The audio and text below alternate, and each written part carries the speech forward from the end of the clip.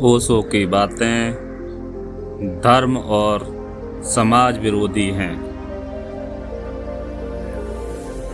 जन्मदिन 11 दिसंबर पर विशेष चंद्रमोहन जैन उर्फ ओशो रजनीश खुद को भगवान कहते थे। दुनिया उन्हें धर्म विरोधी और सेक्स गुरु कहती है।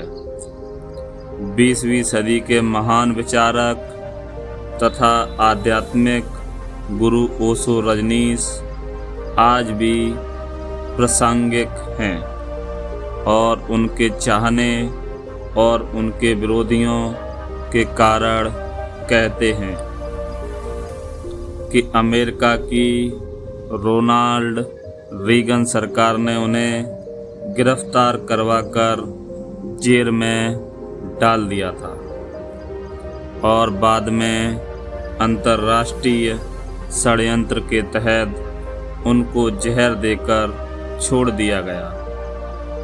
11 दिसंबर 1931 को कुचवाड़ा गांव, बरेली तहसील, जिला रायसेन, राज्य मध्य प्रदेश, देश भारत में उनका जन्म हुआ था।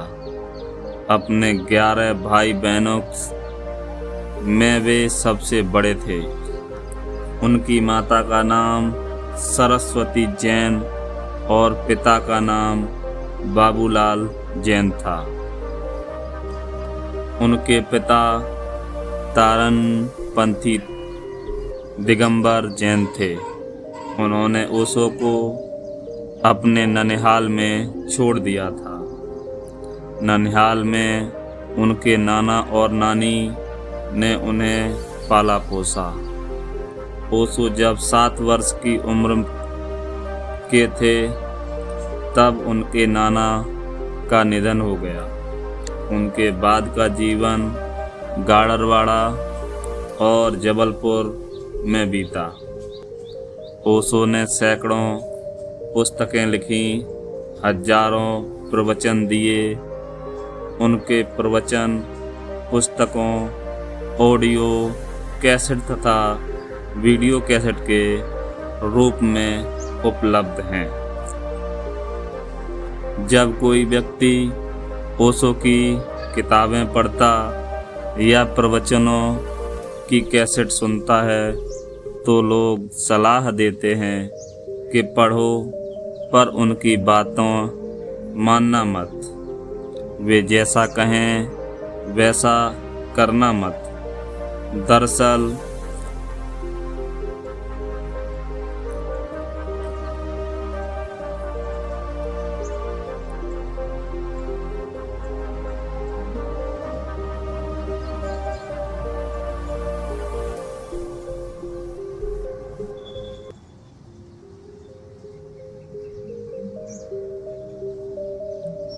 यह ऐसी बात हुई कि आप लोगों से कहें कि गुड़ तो खा लें लेकिन गुलगुले से परहेज करें।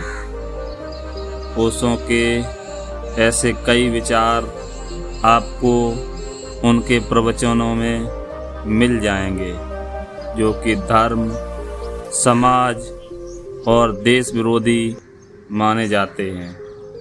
उन्होंने हिंदू धर्म और देवी देवताओं की खूब जमकर आलोचना की है। हालांकि उन्होंने बौद्ध धर्म को छोड़कर सभी धर्मों की खूब जमकर आलोचना की है। इसका मतलब यह है कि वे बौद्ध धर्म के फॉलोअर थे। आओ जानते हैं कि उन्हीं में से कुछ मात्र रत्तीवर विचार ओशो के। कुछ कहते हैं कि ओशो की बातें समाज विरोधी हैं। वे परिवार, समाज, देश, धर्म और नैतिकता में विश्वास नहीं करते। उनके प्रवचनों से ऐसी कई उदाहरण प्रस्तुत किए जा सकते हैं जिसमें उन्होंने उक्त सभी विषयों का मखौल उड़ाया है। वे चाहते हैं कि व्यक्ति अराजक और अनैतिक जीवन जिए, ताकि उसको खुद समझ में आए कि व्यवस्थित और नैतिक जीवन क्या होता है। लेकिन यहाँ कहना होगा कि यदि कोई व्यक्ति ऐसा करता है तो फिर उसके सही रास्ते पर लौटने की संभावना कितने प्रतिशत होगी। यदि कोई व्यक्ति शराब पीना शुरू करे और फिर उसे लत लग जाए तो वह कब सही रास्ते पर आएगा?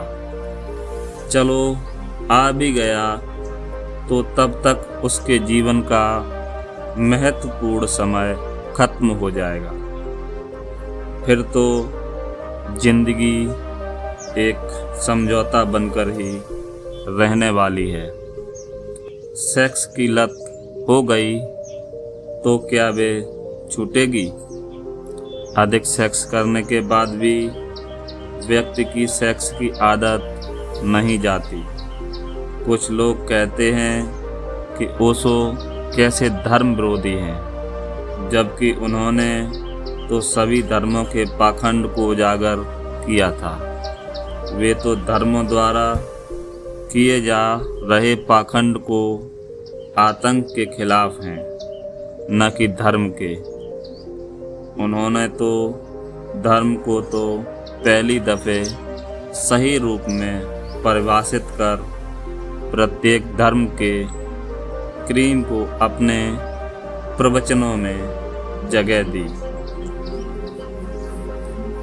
लोग कहते हैं ओशो सिर्फ बौद्ध धर्म के समर्थक हैं।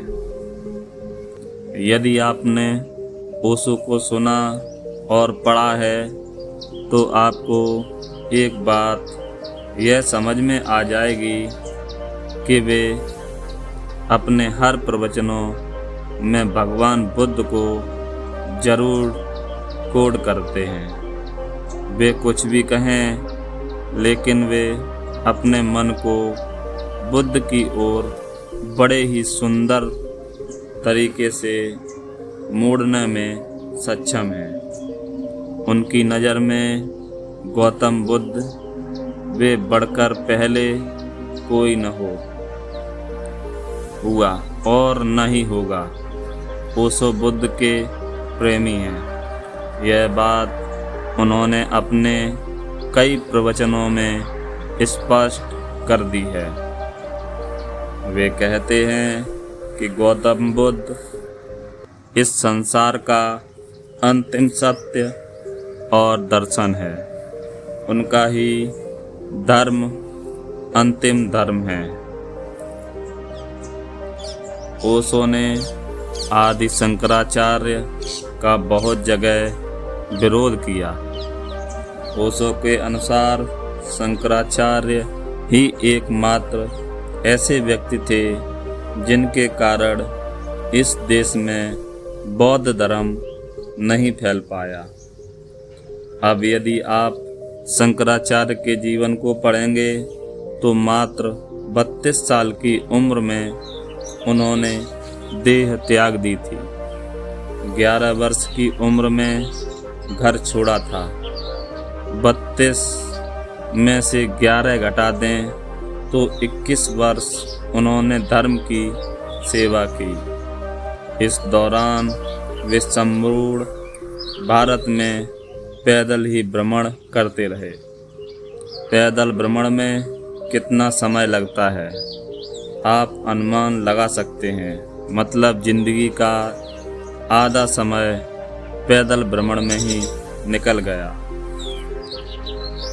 भ्रमण के दौरान वे चतुर्मास में जहाँ भी रुके वहाँ उन्होंने वैदिक सनातन धर्म के बारे में प्रवचन उन लोगों को ही दिए जो हिंदू ही थे। उन्होंने किसी बौद्ध राजा या अनुयायियों को धर्मांतरित करने का काम नहीं किया। 21 वर्ष में उन्होंने 10 नामी संप्रदाय का गठन किया। 4 मठों के पास अपने 4 पीठ स्थापित किए थे। बस संभवतः ओशो को इतिहास की जानकारी नहीं होगी, इसलिए वे ऐसा बोल गए होंगे। बौद्ध धर्म इस देश से नष्ट हो गया। इसके लिए आपको मुगलों का इतिहास पढ़ना चाहिए।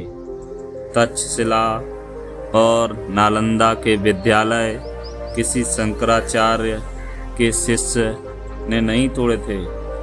तक्षशिला में 10,000 भिक्षुओं का कत्ले आम किसी शंकराचार्य के शिष्यों ने नहीं किया था। लोग कहते हैं हिंदू धर्म के विरोधी हैं ओशो। ओशो ने हिंदुओं की संन्यास पद्धति को, सन्यासियों का खूब मजाक उड़ाया। उन्होंने अपने नव संन्यास की नींव ही इस आधार पर रखी कि व्यक्ति को कहीं हिमालय, जंगल, आश्रम या गुफा में बैठकर ध्यान करने की जरूरत नहीं। किसी को भी घर छोड़कर मोक्ष के लिए कहीं जाने की जरूरत नहीं। यहीं गृहस्थ में रहकर भी मोक्ष पाया जा सकता है। यहीं ओशो सन्यासियों के बीच रहकर नाच कूद कर मोक्ष पाया जा सकता है। लेकिन हमने देखा है कि ओशो सन्यासी वर्षों से नाचते कूदते आए हैं, लेकिन हमें तो कोई मोक्ष प्राप्त व्यक्ति नजर नहीं आया। इस नव सन्यास में सन्यासी को कोई भगवा या गेरुए वस्त्र पहनने की जरूरत नहीं। माला और नियमों का पालन करने की जरूरत भी नहीं। पूजा पाठ, ईश्वर प्रार्थना आदि करने की जरूरत नहीं। यम नियम का पालन करने की भी जरूरत नहीं।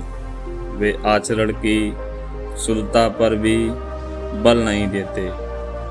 ओशो ने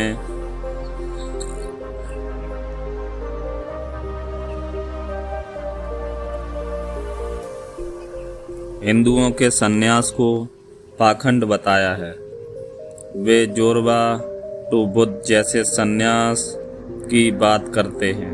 जोरबा का अर्थ होता है एक भोग विलास में पूरी तरह से डूबा हुआ व्यक्ति, और बुद्ध का अर्थ निर्वाण पाया हुआ। अब सोचिए, क्या यह संभव है? इंद्रियों को भोग विलास की आदत हो जाएगी तो वह कैसे मोक्ष की ओर मुड़ेगी? ऊपर हम कामी और शराबी का उदाहरण दे आए हैं।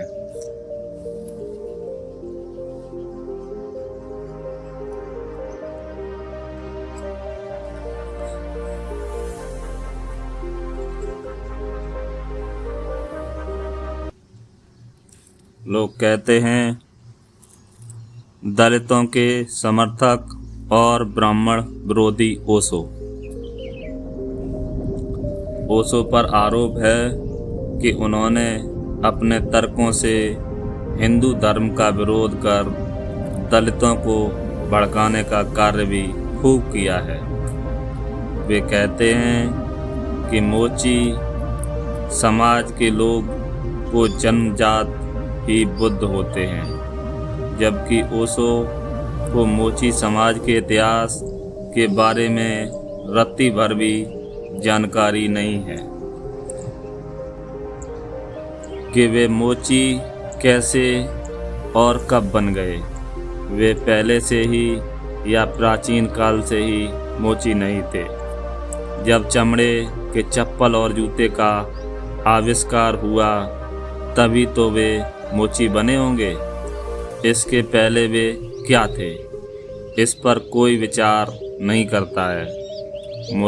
मुगल और अंग्रेज काल का सही से जिसे इतिहास नहीं मालूम, वह वर्तमान को लेकर देखकर ही अपने विचार करता है। उसे कहते हैं ब्राह्मणवाद, और ब्राह्मणों ने दलितों पर 10,000 वर्षों तक अत्याचार किए हैं, तो निश्चित ही उन्हें 10,000 वर्षों तक तो आरक्षण मिलना ही चाहिए। यदि ओशो सच बोलते तो वह धर्म की राजनीति नहीं करते तो निश्चित ही वह यह कहते हैं कि ब्राह्मण का मानवाद जैसे कोई वाद नहीं होता। प्राचीन काल में ऐसे कई लोग राजा, पुरोहित या सन्यासी हुए हैं जिन्होंने वर्तमान के युग में प्रचलित धारणा के अनुसार दलित समाज का माना जाएगा। ऐसे कई ऋषि कुमार राजपुत्र थे जो कि दलित थे। भारतीय राजनीति के सेक्सुअल वादियों ने जिन दो शब्दों का सर्वाधिक उपयोग या दुरुपयोग किया वह है मनवाद और ब्राह्मणवाद। इन शब्दों के माध्यम से हिंदुओं में विभाजन करके दलितों के वोट कबाड़े जा सकते हैं या उनका धर्मांतरण किया जा सकता है। मनवाद की आड़ में वे धर्म और राजनीति की रोटियां सेंकी जा सकती हैं। अधिकांश लोगों में भ्रम है कि मनु कोई एक व्यक्ति था जो ब्राह्मण था, जबकि तथ्य यह है कि मनु एक राजा थे। इसके अलावा मनु एक नहीं, अब तक 14 हो गए हैं। इनमें भी स्वयंभू मनु और वैवस्वत मनु की ही चर्चा अधिक होती है। इन दोनों में स्वयंभू मनु से ही मनु स्मृति को जोड़ा जाता है। मनु के बारे में दूसरा भ्रम मनु संहिता को मनवाद बना देते हैं। दरअसल यह मनवाद शब्द पिछले 70 वर्षों में प्रचलित किया गया शब्द है। संहिता और वाद में बहुत अंतर होता है। संहिता का आधार आदर्श नियमों से होता है, जबकि वाद दर्शन शास्त्र का विषय है, जैसे अणुवाद, सांख्यवाद, मार्क्सवाद, गांधीवाद आदि। उल्लेखनीय है कि यह दलित शब्द भी पिछले कुछ वर्षों में ही प्रचलित किया गया। इससे पहले हरिजन शब्द महात्मा गांधी ने प्रचलित किया था। इससे पहले शूद्र शब्द अंग्रेजों के काल में प्रचलित हुआ और इससे पहले क्षुद्र शब्द प्रचलन में था। ठीक इसी तरह मनवाद और ब्राह्मणवाद भी वामपंथियों की देन है।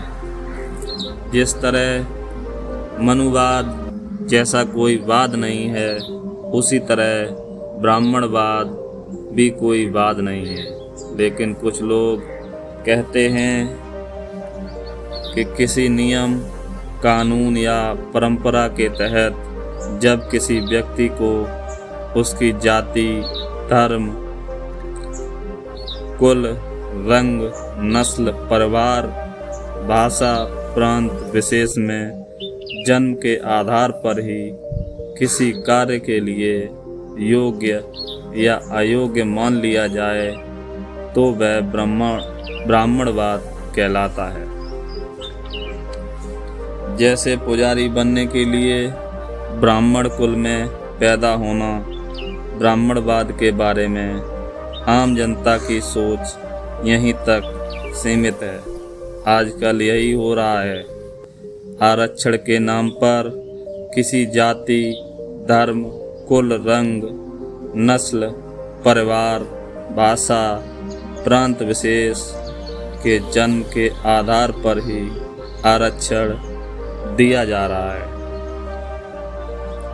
यही तो ब्राह्मणवाद का आधुनिक रूप है। इस तरह का प्रत्येक वाद ब्राह्मणवाद ही है, फिर चाहे वह नारीवाद हो, किसानवाद हो, अल्पसंख्यकवाद हो, वंशवाद हो, सभी के सभी ब्राह्मणवाद ही हैं, क्योंकि इनका निर्धारण योग्यता से नहीं जन्म से होता है। लोग कहते हैं ओशो विवाह संस्था के विरोधी हैं। ओशो के कारण ही विश्व भर में लिव इन रिलेशनशिप का प्रचलन शुरू हुआ है। यह एक घातक प्रचलन है जिसके चलते सब समाज में बिखराव और अराजकता फैल रही है। ओशो कहते हैं कि परिवार की परंपरा को समाप्त कर कम्यून की अवधारणा को स्थापित करना चाहिए। ओशो की नज़र में जब परिवार की ज़रूरत नहीं तो विवाह गौण हो जाता है। ओशो कहते हैं कि एक एक परिवार में कलह है, जिसको हम गृहस्थी कहते हैं। वह संघर्ष, कलह, द्वेष, ईर्ष्या और 24 घंटे उपद्रव का अड्डा बनी हुई है। ओशो के अनुसार हमने सारे परिवार को विवाह के केंद्र पर खड़ा कर दिया है। ओशो चाहते हैं कि लोग बगैर विवाह करे ही अपनी मर्जी से, प्रेम से साथ साथ भले ही रहें। विवाह की कोई ज़रूरत नहीं। विवाह होगा तो समाज होगा, समाज होगा तो देश होगा, देश होगा तो सभी तरह के उपद्रव भी होंगे। यह विवाह प्रथा खत्म होनी चाहिए। ओशो ईश्वर विरोधी या नास्तिक हैं। ओशो कहते हैं कि ईश्वर है तो उसके साथ सभी तरह का पाखंड जुड़ा रहेगा। पाप, पुण्य, स्वर्ग, नरक, अवतारवाद, पैगंबरवाद, पूजा पाठ, धर्मांतरण, धर्म ग्रंथ, मंदिर, मस्जिद, चर्च आदि सभी इस तरह के पाखंड जुड़े रहेंगे। ओशो ने ईश्वरवादी विचारधाराओं का विरोध किया है। ओशो की नज़र में ईश्वर कोई ब्रह्मा सत्य नहीं है। ओशो कहते हैं धर्म या विज्ञान के रेडीमेड सत्यों से काम नहीं चलेगा। मैं संशय की बात नहीं कर रहा हूँ, मैं संदेह की बात कर रहा हूँ। संदेह करोगे तभी सत्य तक पहुँच सकते हो। श्रद्धा और विश्वास बांधते हैं, संदेह मुक्त करता है। ओशो के विचार अनुसार यह कहना है कि विश्वास पर ही दुनिया कायम है। यह एक गलत वाक्य हो सकता है। धर्म विरोधी ओशो कहते हैं कि सदियों से आदमी को विश्वास, सिद्धांत, मत बेचे गए हैं जो कि एकदम मिथ्या हैं, झूठे हैं, जो केवल तुम्हारी महत्वाकांक्षाओं, तुम्हारे आलस्य का प्रमाण है। तुम करना कुछ चाहते नहीं और पहुंचना स्वर्ग चाहते हो, परंतु कोई पंडित, पुरोहित या तथाकथित धर्म नहीं चाहते कि तुम स्वयं तक पहुंचो, क्योंकि जैसे ही तुम स्वयं की खोज पर निकलते हो, तुम सभी तथाकथित धर्मों, हिंदू धर्म, मुस्लिम, सिख, ईसाई के बंधनों के बाहर हो जाते हो, उस सभी के बाहर आ जाते हो जो मूर्खतापूर्वक और निरर्थक है, क्योंकि तुमने स्वयं का सत्य पा लिया होता। धर्म तुम्हें भयभीत कर विश्वास करना सिखाता है, ताकि तुम उनके ग्रंथों पर सवाल खड़े न करो। सदियों से धर्मों ने यही किया है। दुनिया में अब धर्मों की जरूरत नहीं, धर्म का कोई विषय नहीं। मनुष्य ने अपनी पहचान को धर्म की पहचान से व्यस्त कर रखा है। कोई हिंदू है, कोई मुसलमान, कोई सिख तो कोई ईसाई। धर्म के नाम पर आपसी भेदभाव ही बड़े हैं। नतीजा यह है कि आज धर्म पहले है, मनुष्य और उसकी मनुष्यता बाद में। ओशो कहते हैं, आनंद मनुष्य का स्वभाव है और आनंद की कोई जाति नहीं, इसका कोई धर्म नहीं। धन्यवाद दोस्तों। अगर वीडियो आपने यहाँ तक सुना तो उसके लिए धन्यवाद। कृपया वीडियो को, चैनल को लाइक एंड वीडियो को शेयर ज़रूर करें। धन्यवाद दोस्तों।